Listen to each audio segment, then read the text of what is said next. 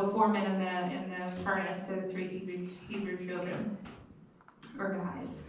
King Nebuchadnezzar built a gold statue 90 feet high and 9 feet thick. So as I'm reading this, and I tell Mia whenever we read stories, she's like, Mommy, as you read, I picture it in my mind. I'm like, that's what you're supposed to do. So follow along. Try to put yourself in their shoes and to what they're witnessing. He set it up in Dura Plain, so that's the province in which they were in Babylon. He then ordered all important leaders in the province, everybody who was anybody, to the dedication ceremony of the statue. They all came for the dedication, all important people, and took their places before the statue that Nebuchadnezzar had erected. A herald then proclaimed in a loud voice, "Attention everyone, every race, color, creed, listen. When you hear the band strike up, all the trumpets and trombones and the tubas and the baritones and the drums and the cymbals, fall to your knees and worship the gold statue that King Nebuchadnezzar has set up. Anyone who does not kneel and worship shall be thrown immediately into a fiery furnace." The band started to play, a huge band equipped with all the musical instruments of Babylon, and everyone, every race, color, creed, fell to their knees and worshipped the gold statue King Nebuchadnezzar had set up. Just then, some Babylonian fortune tellers stepped up and accused the Jews. They said to King Nebuchadnezzar, "Long live the king! You gave strict orders, O king, that when the big band started playing, everyone had to fall on their knees and worship the gold statue. And whoever did not go to their knees and worship, it had to be pitched into the fiery furnace. Well, there are some Jews here, Shadrach, Meshach, and Abednego, whom you have placed in high positions in the province of Babylon. These men are ignoring you, O king. They don't respect your gods, and they don't worship the gold statue you set up." Furious, King Nebuchadnezzar ordered for Shadrach, Meshach, and Abednego to be brought in. When the men were brought in, Nebuchadnezzar asked, "Is it true, Shadrach, Meshach, and Abednego, that you don't respect my gods and refuse to worship the gold statue that I have set up? I'm giving you a second chance. But from now on, when the big band strikes up, you must go to your knees and worship the statue I have made.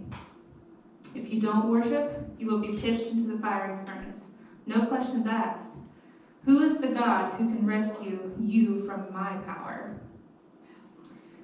Shadrach, Meshach, and Abednego answered King Nebuchadnezzar, "Your threat means nothing to us. If you throw us in the fire, the God we serve can rescue us from your fiery furnace, and anything else you might cook up, O king. But even if he doesn't, it wouldn't make a bit of difference, O king. We still wouldn't serve your gods or worship the gold statue you set up." Nebuchadnezzar, his face purple with anger, cut off Shadrach, Meshach, and Abednego. He ordered the furnace fired up 7 times hotter than usual. Just put that into perspective. That's blue light. That's the white, the hottest, like what comes out of a blowtorch. He ordered some strong men from the army to tie them up, hands and feet, and throw them into the fiery furnace. Shadrach, Meshach, and Abednego, bound hand and foot, fully dressed from head to toe, were pitched into the fiery fire. Because the king was in such hurry and the furnace was so hot, flames from the furnace killed the men who carried Shadrach, Meshach, and Abednego to it, while the fire raged around Shadrach, Meshach, and Abednego. Suddenly, King Nebuchadnezzar jumped in alarm and said, "Didn't we throw 3 men bound hand and foot into the fire?" "That's right, O king," they said.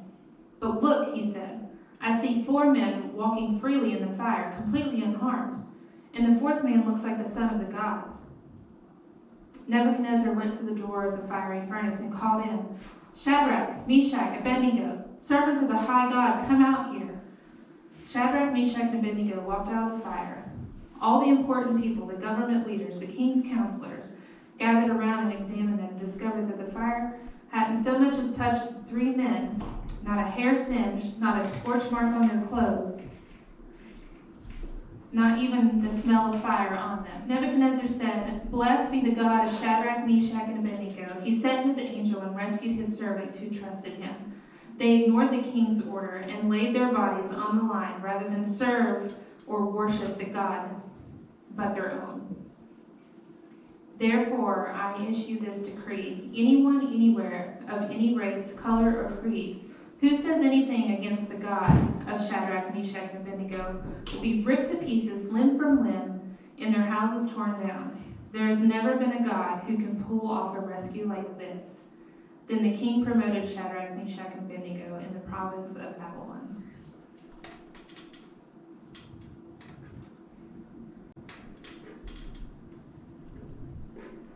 So, the first time I heard this story, I was about 13 years old. Over here. And I was in my first teenage Sunday school class. After we were done and reading it, and it stuck with me for so long, and I knew, that was a turning point for me. And here it is 22 years later, and it's still my most favorite story in the Bible for many, many, many reasons. It's carried me through up till now, and still does. My favorite parts about the story at that time, when I was little, in the midst of this land where the highest authority demanded that everyone bow, everyone must do as he says, or else, essentially. And then for these 3 Hebrew boys to be able to stand up in that moment, when literally, could you imagine being around, we're talking hundreds of thousands of people in a crowd, and then, I was thinking about how the preacher was preaching about on Sunday, those congregations of 50,000 people. I can't even fathom that. And for every knee to bow, except for those 3 boys. And then even at that, they had enough gumption, I love that word, to stand up. And then Nebuchadnezzar even brought them in to right in front of him, and he offered them a second chance. And I don't know about you, but standing up for yourself in a crowd, and then that authority bringing you in, and then again telling you, I don't know, how intimidating is that, right? How scary is that? And still, they refused. And what they said is, your threat means nothing to us. If you throw this in the fire, the God we serve can rescue us. But even if he doesn't, we're still not going to serve you. We're still not going to bow down to your God. And that, to me, was just, it was so eye-opening, because in the midst of all of that fear, I can only imagine the fear that they felt. And then, as I was in the place that I was at that young age, it's going to be hard for me to tell you the story, but at that time, it had already been a couple of years that I was going through what I was going through. And the situation was extremely scary, very uncomfortable. And I knew what was happening was completely and utterly wrong. And, at that point, there was nothing I could really do about it. But I can remember laying in bed at night, some nights, and being afraid of every little creak, every little sound, for fear that it was coming for me. I'm going to leave it very vague, but I can remember just wrapping myself in my blanket as tightly as I could, to where only my face was peeking out so I could breathe, just to cocoon myself, to try to keep myself safe from what I was afraid was going to happen. And but unfortunately, my efforts didn't always save me. And even then, it would come at me in the middle of the day when I was alone. And it was very just terrifying. terrifying, and the way that it made me feel was unspeakable.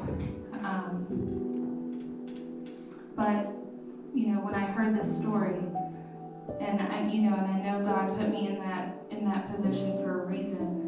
I was 13 years old, and because I heard that story and listened to the faith that they had, if I could have a faith and a boldness and a strength like that, at 13 years old, God gave me the boldness and He gave me the strength to stand up against what was coming against me. He gave me the opportunity. He just literally opened a door one morning and gave me the opportunity to call it out and to stop it. And that was just the beginning of my turning point, is when that happened. So, yeah, there I am. All my glory. So let's flash forward to, further on into my mid-late teen years. Most of you know that Mikey and I have been together since we were 16. If you guys don't know Mikey, everybody does. He's the music minister over there. Yeah, that's us. We literally knew each other for 2 weeks in that picture. And I met his mama. His mama was my volleyball coach, and she was like, "Take your clothes off." I'm like, "Excuse me?" And she wrapped that there sheet around me and made a dress out of it. Actually, Mikey's uncle had that wrapped around him as a dress. I think it's called a lava, what do you call it? Anyway, God had put Mikey in my life, and little did we know, we were both praying for each other, and but it just happened, and He put Mikey in my life for a reason. And as you can see from my other pictures, I was not a very pretty girl growing up. I was, and I got that from many people. I was often mistaken for a boy. Guys would come up to me, "So maybe you with an ugly stick." That literally happened almost on a daily basis. Even my family at times would be like, "Well, she's a homely thing, isn't she?" Crooked teeth, big old glasses, and short hairs. Country bumpkin playing in the woods with a boonie hat on. That was me. And not to mention, on top of that, when I was about 5 years old, I was hit by a car, which kind of annihilated this leg. So I had some very mild, but I had some physical limitations too. So, and I was self-conscious. I could show you the scar. It literally takes up my entire left leg. So I was a little self-conscious about it too. Wearing shorts and people were like, "What happened? Oh my God." My foot looks, abnormal. It does not look like a human foot at all. But even through all that, in the cases that, I like to blend in, I don't like to be seen, I don't like to stick out in the crowd, and I still am like that today, but the reason is because I lack confidence so much. I even hate my birthdays because I hate to be noticed. I hate to be the center of attention. I hated my birthdays back when I was little. I would literally cry and hide in my room because I just didn't want to be seen, and I had so many things that had happened in my life, and it changes a person. In that young age, it can mold you if you're not careful. But as I said before, in my later teenage years, God saw the timing, and He put Mikey in my life. But I don't want you guys to think that Mikey saved me. It wasn't anything like that. Mikey came into my life, and God used him as a vessel. That's how it happened. Being in Mikey's life pushed me. I started going to a church. His mom was a youth leader. There were so many strong women in that church that I grew up with, in his Brenton Church of God. Some of you guys have gotten to meet him at Winterfest. Just a few of them. But being with them and then teaching me and showing me that I actually was precious, regardless of what anybody said, but regardless of what my family said, regardless of what anybody on the outside said. But even through that, I did start to change, but even through that, I still battled so much with self-doubt and confidence, and it was so bad that Mikey couldn't stand to be around me anymore. And we had a conversation one night. We coming back from a movie, and he pulled over on the side of the road because he was so mad. And I was like, what's happening? And it scared me at first. And he just told me, he's like, I cannot stand to be around you because you act this way. And because I literally would not take compliments. I wouldn't, and if anybody said anything, I would always argue with them, or, I would hide myself. I would completely shut down at times. And when he told me that, I was like, oh my gosh, I didn't realize that I projected that so much. But it was so bad that he couldn't stand to be around me because it depressed him so bad. and because he did that, it ended up sparking a conversation, right? So I ended up opening up to him and telling him why I was the way that I was, and everything that had happened to me at that point. And that was another pivotal moment because I started to trust him enough. So, and in the physical, like I said, God used him as a vessel. Mikey taught me so much in the ways of worship. I mean, you guys have seen Mikey worship on the platform, right? He's always been that way, if not worse when he was a teenager. He just didn't care. He's like, here I am, God, all the time. And I'm just like, and I can tell you so many times of ways that I was just in awe because he has that free will, and he has the confidence, and he knows who his God is. And I was like, I want that. How do I get there? That's where I want to be. Well, we started a ministry. Our youth leaders started a ministry, and through that ministry, I was able to learn how to worship through dance, through skits. And I can remember being at this tiny little church and in the middle of nowhere, literally in the middle of nowhere. And we were doing a pantomime to a song. And I don't know what fell in this tiny little church in the middle of the hills. Literally, it was like the size of this room, the entire church sanctuary. And I just lost it on the ground. I couldn't even stand anymore. I was just gone. And in that time, I was able to, that's when my mindset started to change, because I was able to freely worship. I was able to start to trust God a little bit more.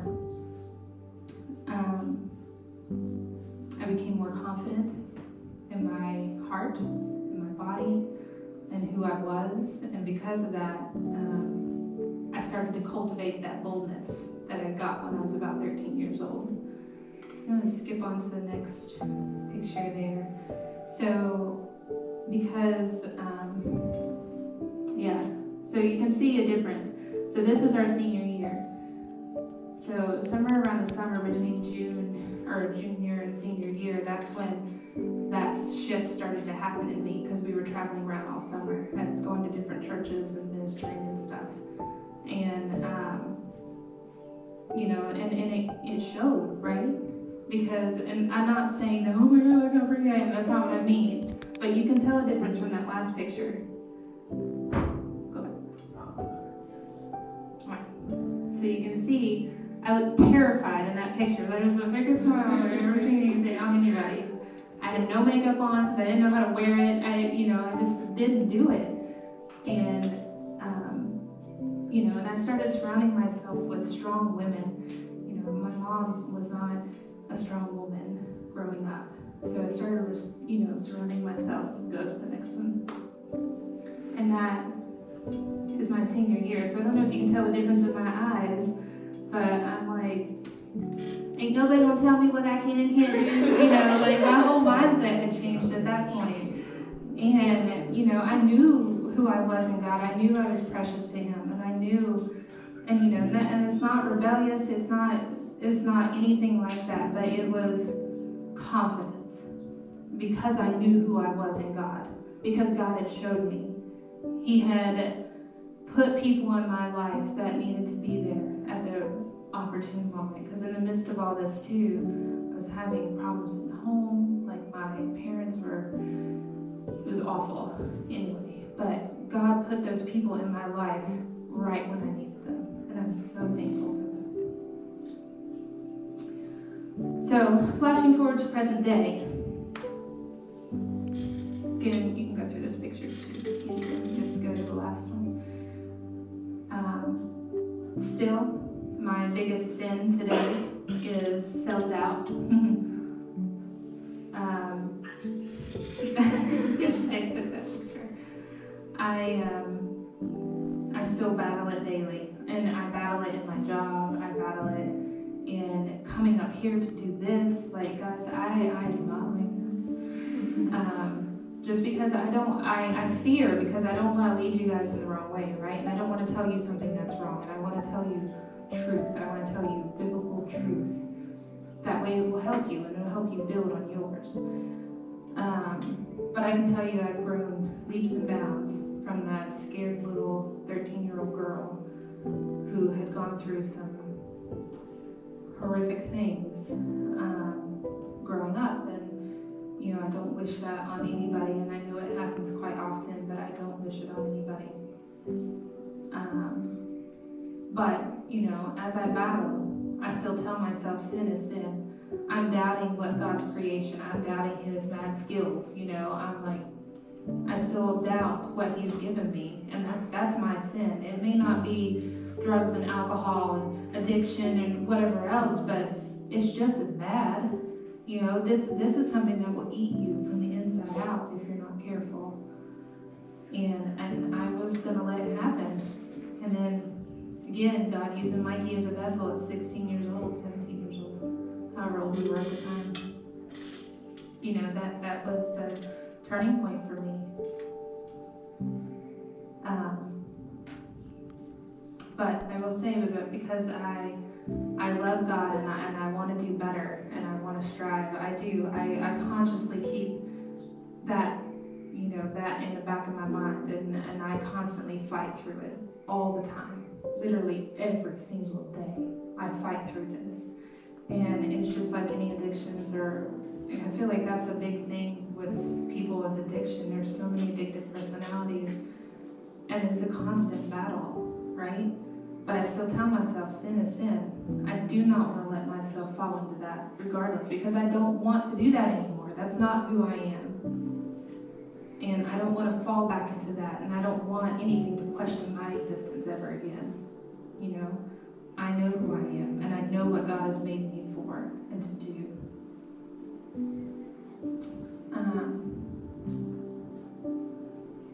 I'm constantly learning every day. And I keep telling myself when I get to those points that I'm questioning, and you know, even it can lead to anxiety if you're not careful. And I keep telling myself, and this is why I think back to this story all the time. Like, there's somebody else in that fire with me. I'm going through this fire right now, but I'm not in there by myself. God is with me, and I know he is. But sometimes it's still a struggle. Then I tell myself, there's another in the fire. I'm standing there with me. I know I'm not alone. And then when I found the shirt, I was like, yes, that's mine. That's mine. I gotta have it.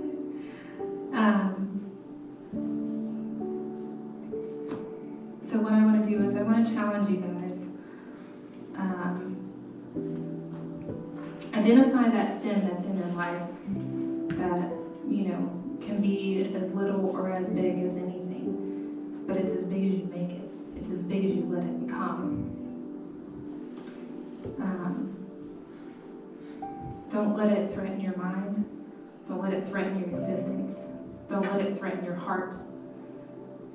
Keep pushing through, and just keep in the back of your mind that there's another in the fire. And you're not alone. And I pray that you allow yourself and allow God to give you that boldness and that confidence that you need in him to move forward, and you need in him to continue to worship and grow and dig and find truth, find your truth in him.